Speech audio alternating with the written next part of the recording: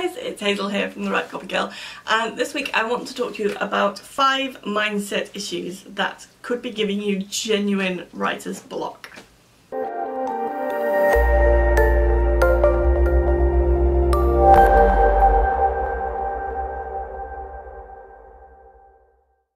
Now, as you may or may not know, in addition to being a content writer, I am also a fiction writer, and when it comes to fiction writing, I actually don't believe in writer's block. There is a distinction that needs to be made between a situation that renders you incapable of writing and a situation that renders you unwilling to write. Most of the time when people say they have writer's block, what they actually mean is there's something else that's going on that's keeping them from writing, or they just don't want to write right now. And they're using writer's block as an excuse. It might not be a conscious excuse, it might be completely unconscious, and they genuinely believe that they can't write for whatever reason, but the real reason is that they just don't want to right then. But in business, when it comes to copywriting, I have a quite different opinion, and I do believe that there are certain things that cause genuine writer's block when you're trying to write copy. And by copy I mean blog posts, website copy, social media posts, anything that requires you to write written content for your business.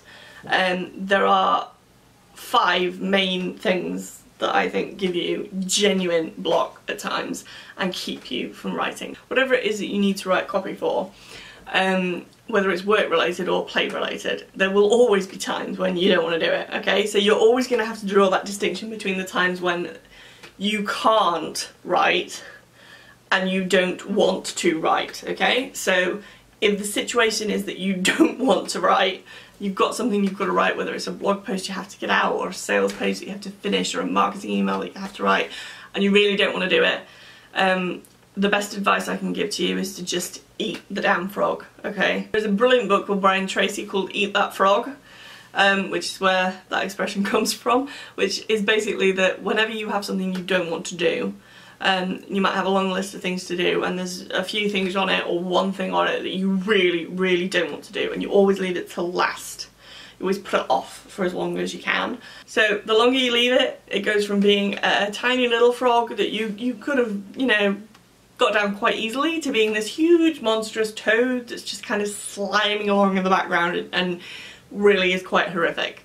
So if there is something you don't want to write, and you have no choice but write it, you can't give it to somebody else to write for you, you can't pay somebody else to write it, you have to do it yourself, eat the damn frog. But there will be other times when it's not a case of you not wanting to write it, although that may play a part in it, but there is something that means that you genuinely cannot get the words down, okay? You really can't. It doesn't matter how much you try, it's just not happening. So there are 5 things in my experience that cause you to have genuine writer's block when you're actually sitting there and cannot physically write.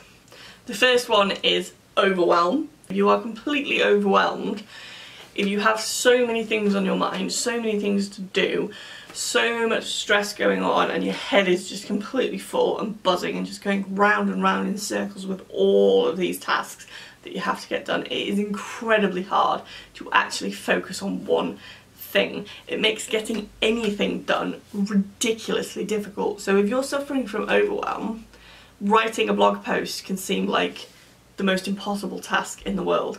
Even writing an email can seem impossible because your head is too full of all the other things that you have to do, and it feels like no matter what you do or how much you work or how hard you try, you're never ever going to get to the end of it because there's just too much of it. It's all become insurmountable. It's just impossible to deal with it. And the truth of the matter is, if you can focus on one thing at a time and just work your way through everything on your to-do list, you will get there eventually. But because there's so much of it, it doesn't feel like that. It feels like you get one thing done and that might take you an hour, it might take you an afternoon, it might take you a day, it might take you a whole week. And you cross that one thing off your list and realise that while you've been doing that one thing, 5 other things have had to be added to the bottom of the list.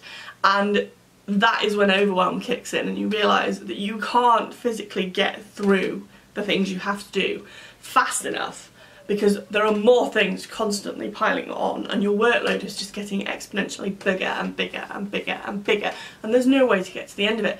And your brain kind of short circuits when it realises this, because it's a bit of a paradox. It's an impossible situation. It's like, you want me to keep working and working and working and working, even though I'm really, really tired and actually don't have it in me to keep working anymore, but you're telling me that even though I have to keep working, the work is never ever going to be done. Ever. And it's actually just going to keep getting worse. Your brain just kind of short circuits. It basically says, fuck that for a laugh. If I'm never going to get anywhere, I'm not doing it. So overwhelm does give you genuine block. It will stop you in your tracks. It will keep you from getting anything done, not just writing. And the only thing you can do is to find a way to deal with that overwhelm, to make it so that you are no longer having an insurmountable amount of things to do, that you are no longer trying to deal with the impossible, that your brain once again believes it is capable of achieving what you're trying to get it to achieve. Now, there are many wonderful experts out there that can help you with dealing with overwhelm and how to actually tackle it when it happens, so I'm not going to dwell too much on that. But if you're feeling overwhelmed and you're finding yourself incapable of writing as a result, it's not you. It's not in your head, you're not imagining it, and you're not making excuses. This is a real thing that really happens, and it genuinely stops you from writing. Practice a little forgiveness, it's not your fault, and just find a way to deal with the overwhelm. Now, the second thing that can cause real writer's block is little old me syndrome. You know that feeling when you sat there writing and you suddenly think, wait a minute, who cares what I think? Who am I to be giving an opinion on this subject? Who am I to be giving advice on this subject? Who am I to be saying that I actually have any clue what I'm talking about? Nobody wants to hear this. Nobody wants to know what I have to say. Nobody cares about my opinions, not little old me. Little old me syndrome is very much a confidence thing and a perspective thing, because from your perspective, you will always feel, no matter how good you are, no matter how big your audience is, no matter how many followers you have, no matter how much praise you get, no matter how successful you become, you will always feel that the rest of the world is somehow better at it than you are, that there are people out there who are much better at it than you are, and because there are people out there who are better than you are, nobody cares what you think, because you're one of the little people, and nobody gives a crap about the little people. And it's a completely understandable thing to think, but what you have to remember is that it doesn't matter how many people are talking about a subject, it doesn't matter how many people are producing a particular type of product or completing a particular type of service, it doesn't matter how many people are offering something that is similar to what you're doing or writing about something that is similar to what you're writing about. You have a very, very unique gift, and that is your own personal perspective. The thing about people is, we're all so unique, we're all so different. We've all had different life experiences, we've all had different emotional experiences, different career experiences, different personal experiences. And every experience we have shapes the way we view the world, okay? So the way you see your niche is unlike the way anybody else in the world sees it. Even if they know exactly the same things that you know, even if they went to the same university and studied the same course, if they've worked in the same firm as you, they've had the same work experience, they've written about the same topics, they've done all the same things, they're not going to see things like you see them, because you are unique, you are you. And it doesn't matter how little you think you are compared to everybody else, that uniqueness, that viewpoint, that is the thing that makes you worth listening to. It's not how successful you were, how big your audience is, how big you are that is important. It is your unique perspective, and that has nothing to do with size. In this instance, size really does not matter. Now, the third thing that will really give you block is related to little old me syndrome. It's very similar, and you often get them both at the same time, and that is imposter syndrome. And this happens when you feel like you are faking it, you aren't really what you're claiming to be. So you may be presenting yourself as an expert in writing or publicity or marketing or social media, or, you know, anything you can think of. It doesn't matter what your niche is. Whatever your niche is, you are, by speaking about it, by writing about it, by talking about it, by offering an opinion on it, by offering products and services relating to it, you are presenting yourself as an expert in that field. Whether or not you use the word expert is irrelevant. You are presenting yourself as somebody who is in the know, who actually knows what they're talking about.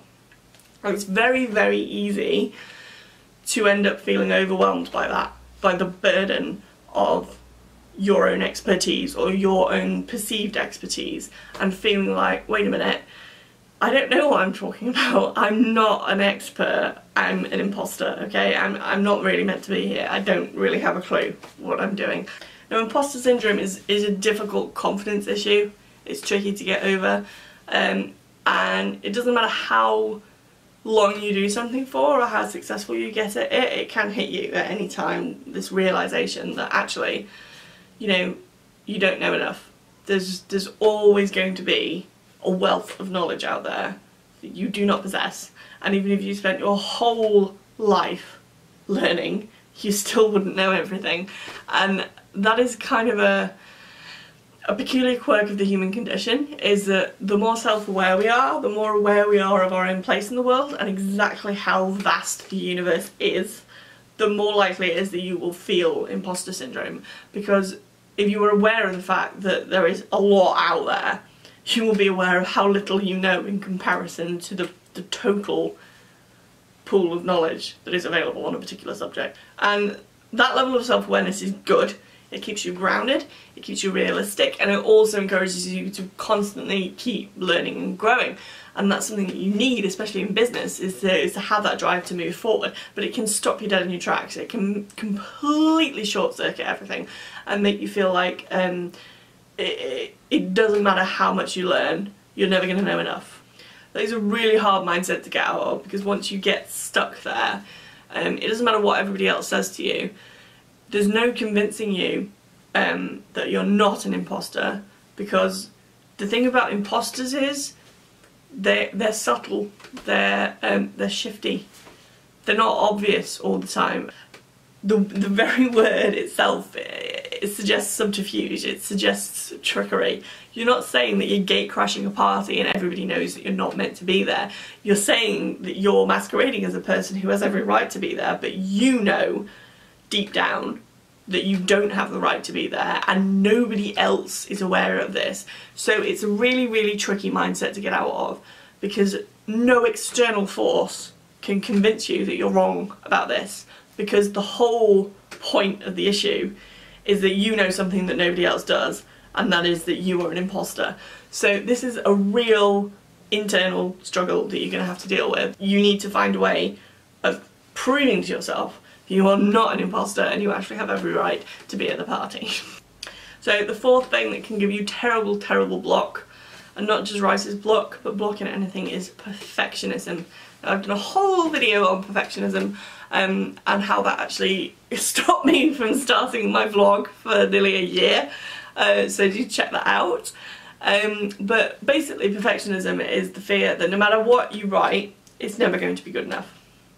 And you want it to be absolutely perfect, and you start writing and you realise that what you've written isn't as good as you want it to be, and you stop and you go back and you try and rewrite it to make it perfect. But perfectionism is not an achievable goal. It's not something that you can ever actually reach. It doesn't matter how good you make it, it's never going to be perfect, especially not in your eyes. So what you actually end up doing is rewriting and rewriting and rewriting, rather than writing all the way to the end of something. And this is a real problem in a lot of things, and it does actually happen to fiction writers as well, is that you get to a point where you realise that what you've written is, from your perspective at least, crap.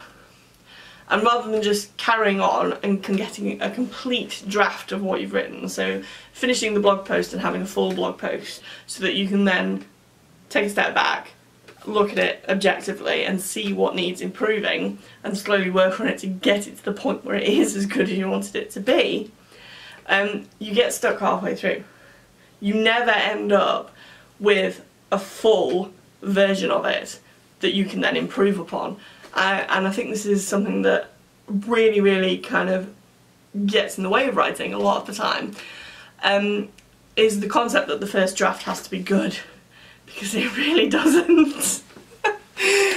First drafts of anything are shit. That is the law of writing. Your first draft is never going to be any good, and that's because your first draft is not for finding the words that you're actually going to use in the end. Your first draft is for telling yourself what you're writing about.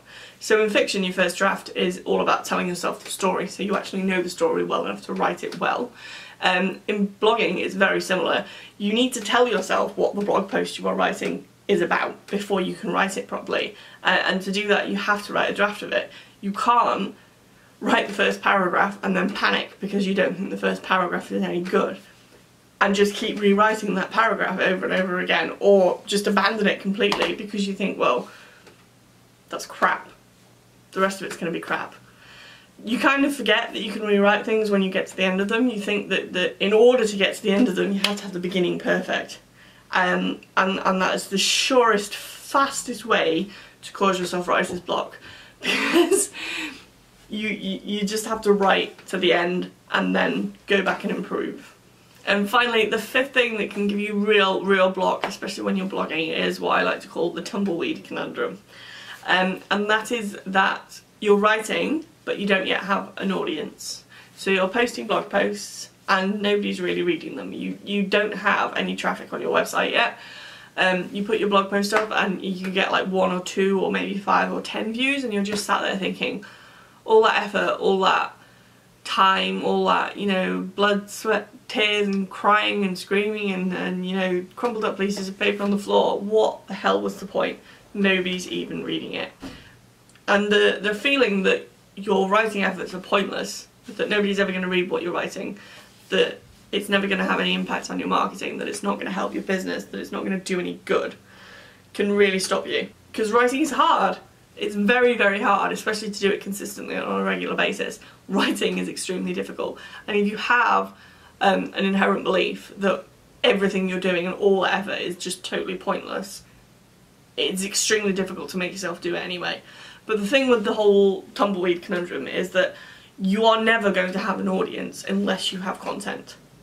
Nobody has, you know, a ton of people visiting the site every day until there is regular, brilliant content on the site for them to actually read. You always start with the tumbleweed. Everybody does. And the only difference is that some people are in a position to maybe advertise and market their content so that their audience grows quickly and the tumbleweed doesn't stay around for very long. But some of us, you know, we don't have the option to do that. We might not have the funding, we might not really want to spend that money on it, we might not have the time, we might not have, you know, various reasons for not actually paying to draw people in, and we have to rely on word of mouth and networking and getting it out there ourselves, and that takes time. It doesn't happen overnight. It's a very slow process, and the tumbleweed can stick around for a while, I'll be honest with you. When you start blogging or vlogging, you are going to spend the first few weeks talking to nobody. You may even spend the first few months talking to nobody, and you just have to keep going. Blog or vlog or, you know, post on social media as if you already have that audience that you're craving, as if you already have all those followers, as if the number of people that you want to be reading your words are already reading them, because that is the only way you will ever get that number. It's the only way you will ever find your audience, because content draws people in. Quality content draws people in a lot faster, and quality content is essential for keeping people once they find you, okay? So you can churn out crap and loads of people will eventually see it, but they'll never come back for more because it's crap. So it doesn't matter how difficult it is to get past the whole tumbleweed issue.